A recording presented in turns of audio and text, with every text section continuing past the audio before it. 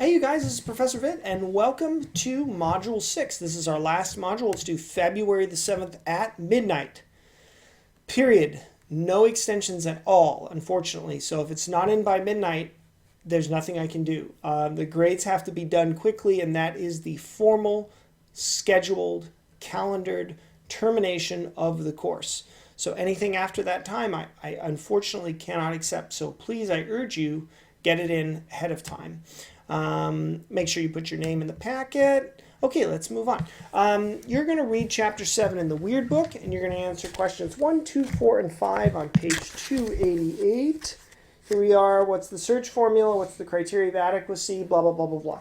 If I had to sum this up for you, this is prepping you for your presentation that you're going to be doing.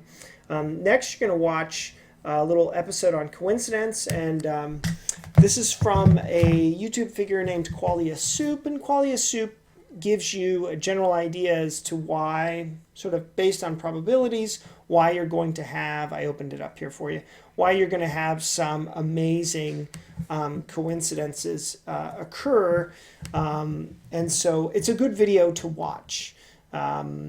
Gives some good context for coincidence. Then you are going to listen to me yap about conspiracy theories. There are going to be three main points that you need to take away from this lecture.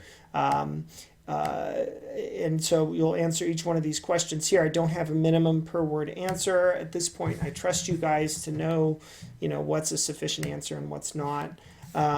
Then, task 4 of 6, you are going to listen to another episode of Skeptoid where they discuss the Lincoln-Kennedy myths. And if you've never heard of these before, they're totally awesome. They're really, really neat. In fact, I even brought this up at my on Christmas at my house, which was a big hit with my wife. But we started talking about all these connections between Lincoln and JFK. And I think Brian Dunning gives a real good treatment here of the supposed phenomena, etc., etc.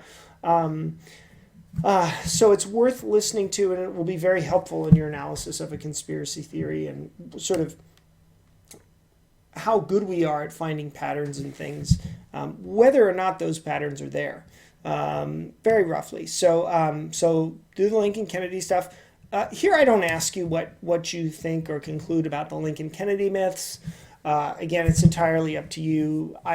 My brothers, anyway, someone in my family is a staunch believer in this. Great, I'm not here.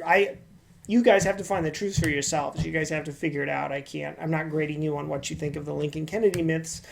I'm grading you on your ability to understand, sort of subjective validation and to understand how good we are at detecting patterns, etc., etc., etc. Okay, next up, task number 5. Watch The Perks of Paranoia, a very good little short video explaining the tendency to see patterns in things and why that may be. And then task 6, The Behemoth, the Miles Powers videos. Now, I headed this module with a picture of the 9/11 tragedy.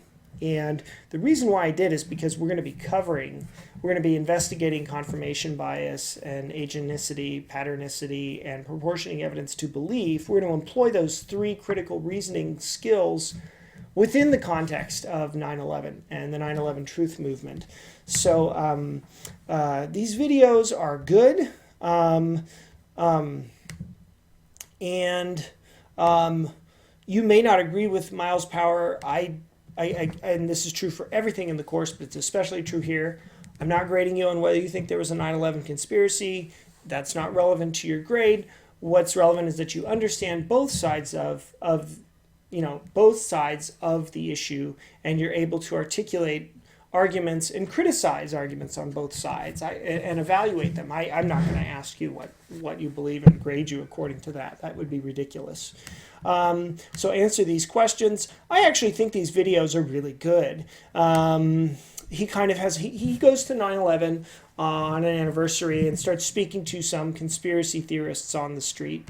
Now, these are people who are on the street. These aren't super well-known 9/11 conspiracy theorists and so forth. But he does give a good treatment. He's very charitable to them most of the time, and I think it does a good job. So answer these questions. Yes, they're long, but they're good. And then the final thing you will be doing, and you just do it in this packet, right? It's just a little mini paper. It doesn't have to be super long. It could be a couple paragraphs. It's fine.